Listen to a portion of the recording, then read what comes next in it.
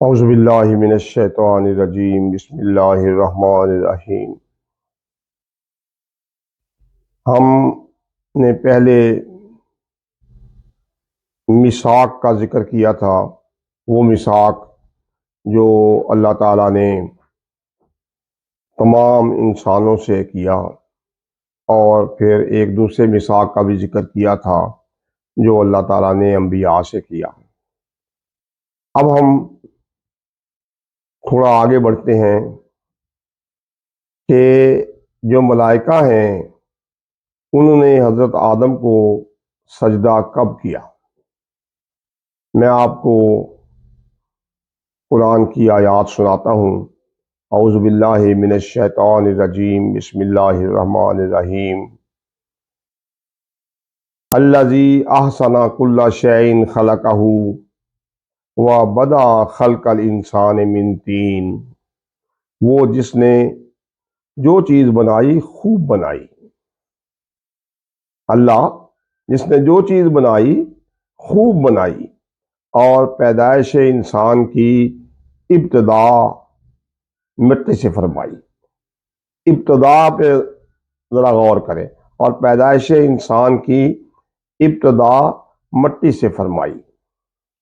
پھر ایک دوسری آیت ہے، ثم سواہ ونفخ فیہ من روحہ وجعل لکم السمع والابصار والافئدہ قلیلا ما تشکرون۔ پھر اسے ٹھیک کیا اور اس میں اپنی طرف سے روح پھونکی، اور تمہیں کان اور آنکھیں اور دل عطا فرمائے، کیا ہی تھوڑا حق مانتے ہو، اتنا تھوڑا شکر ادا کرتے ہو۔ میں نے آیت 7 کے بعد آپ کو 9 سنا دی، 8 بھی سناتا ہوں۔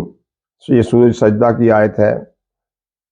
اس آیت میں اللہ تعالیٰ نے یہ کہا کہ پھر اسے ٹھیک کیا، یعنی جو مٹی سے جو انسان بنایا اس کو ٹھیک کیا۔ ٹھیک کرنے کا مطلب یہ ہے کہ اس میں اس کے سارے اعضاء اور دل، دماغ، ہماری ٹانگیں، پاؤں، ہاتھ، ہر چیز بنائی اور ٹھیک بنائی، اور اس کے بعد اس میں روح پھونکی، اور پھر کان، آنکھیں، دل عطا فرمائے۔ یعنی یہ ایک پروسیس ہے۔ ایک تو ذکر ہے مٹی کا۔ مٹی جو ہے وہ مادہ ہے، اور اس مادے سے تخلیق ہوئی، اور یہ ساری مادی دنیا کی باتیں ہو رہی ہیں، اور پھر ماں کے رحم میں اللہ تعالیٰ نے اپنی خاص روح پھونکی۔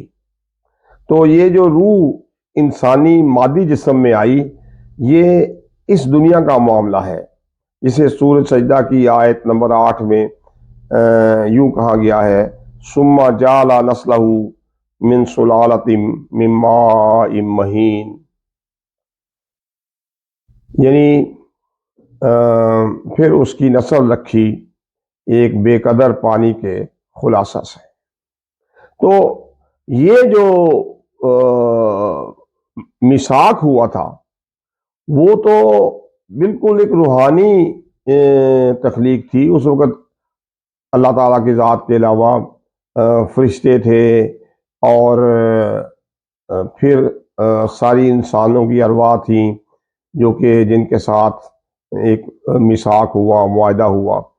یہ جو بات ہو رہی ہے یہ مادی دنیا کی ہو رہی ہے، اور مادی دنیا کا جو تخلیق ہوئی ہے اس کے بارے میں آگے ہم مزید باتیں کریں گے۔ اس میں تو پتہ نہیں کتنے اربوں سال لگ گئے مادی دنیا کو تخلیق ہوتے ہوئے، کوئی بگ بینگ ہوا، یہ ہوا، وہ ہوا، پھر آخر کار سارے پہاڑ اور یہ جانور اور درخت اور بہت سی مخلوقات، اور اس میں پھر حضرت انسان کا بھی آنا، یہ سب باتیں ہم بعد میں کریں گے۔ لیکن یہ بہرحال ثابت ہے کہ جو میثاق تھا وہ روحانی اجتماع تھا، اور یہ جو انسان اس دنیا میں آیا اور بنا، یہ مادی دنیا کی بات ہے۔ اور یہ جو فرشتوں نے جو سجدہ کیا حضرت آدم کو، وہ تو مادی دنیا کی بات ہو رہی ہے۔ یعنی اس یہ کائنات پوری بن چکی تھی جس وقت ابلیس بھی موجود تھا۔ ابلیس جو ہے وہ بھی ایک مادی دنیا کی چیز ہے، وہ نار سموم سے جن بنائے گئے ہیں، تو نار سموم بھی تو مادی دنیا ہے۔ تو مادی دنیا میں یہ سجدہ ہوا ہے، اور وہ حضرت آدم یا ابلیس کس دنیا میں تھے؟ اس دنیا میں تھے، یا یہ ایسی ہی کوئی اور دنیا تھی؟ یہ تو اللہ جانے۔ لیکن یہ ہے کہ بہرحال یہ ایک مادی تخلیق تھی حضرت آدم کی، جس کو سجدہ کیا گیا۔ یہ میثاق کے زمانے کی باتیں نہیں ہیں، یہ جو فرشتوں کا سجدہ ہے یہ اس مادی دنیا میں ہوا ہے۔ یہ فرق تھوڑا سا اپنے ذہن میں رکھیں، کیونکہ دیکھیں سورۃ اعراف میں اللہ تعالیٰ فرماتا ہے کالا ما منعک اللہ تسجد اذ امرتک کالا انا خیر منہ خلقتنی من نار وخلقتہ من طین۔ فرمایا کس چیز نے تجھے روکا کہ تو نے سجدہ نہ کیا جب میں نے تجھے حکم دیا تھا؟ بولا میں اس سے بہتر ہوں، تو نے مجھے آگ سے بنایا اور اسے مٹی سے بنایا۔ یعنی یہ مادی تخلیق کی بات ہو رہی ہے۔ جب سجدہ ہوا ہے اس وقت وہ آگ سے بن چکا تھا اور آدم مٹی سے بن چکے تھے۔ اب ایک اور آیت بھی سن لیں، وَإِذْ قُلْنَا بنی اسرائیل کی آیت ہے، وَإِذْ قُلْنَا لِلْمَلَائِكَةِ اسْجُدُوا لِآدَمَ فَسَجَدُوا إِلَّا إِبْلِيسَ قَالَ أَأَسْجُدُ لِمَنْ خَلَقْتَ طِينًا۔ اور یاد کرو جب ہم نے فرشتوں کو حکم دیا کہ آدم کو سجدہ کرو تو ان سب نے سجدہ کیا سوا ابلیس کے۔ بولا کیا میں اسے سجدہ کروں جسے تو نے مٹی سے بنایا؟ جب ملائکہ کو سجدے کا حکم ہوا اس وقت آگ، مٹی، یعنی یہ مادی کائنات موجود تھی۔ ابلیس اور آدم علیہ السلام دونوں مادی وجود رکھتے تھے۔ حضرت آدم علیہ السلام اور اماں حوا کی جنت اس دنیا میں تھی یا کسی اور سیارے میں، لیکن تھی اس مادی دنیا میں۔ تو یہ میثاق اور یہ سجدے کا جو زمانے کا فرق ہے، یہ آپ کے ذہن میں رکھنے کے لیے یہ باتیں سنائی ہیں۔ اب انشاءاللہ اس کے بعد مزید باتیں اگلے لیکچر میں کریں گے۔ شکریہ۔